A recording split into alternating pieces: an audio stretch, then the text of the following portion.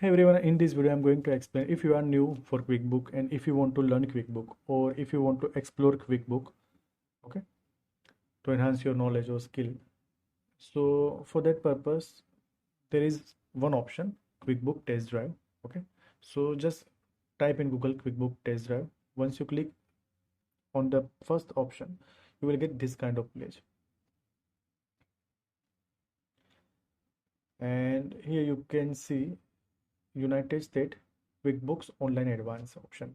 So you have to click on this particular link, and once you click here, you will go to a QuickBook sample page. Okay, so you will have a sample company, and in which you can make any kind of modifications. It is just simulation of a QuickBook license version. Okay, I am not robot and continue.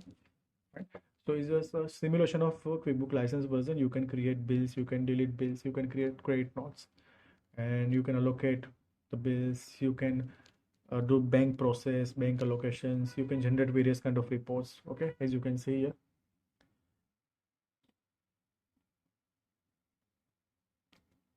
Expense, sales. It is just like QuickBook license version. Fine. Same way, if you go into the settings option, you will get the same window here. Advanced accounting, fixed assets.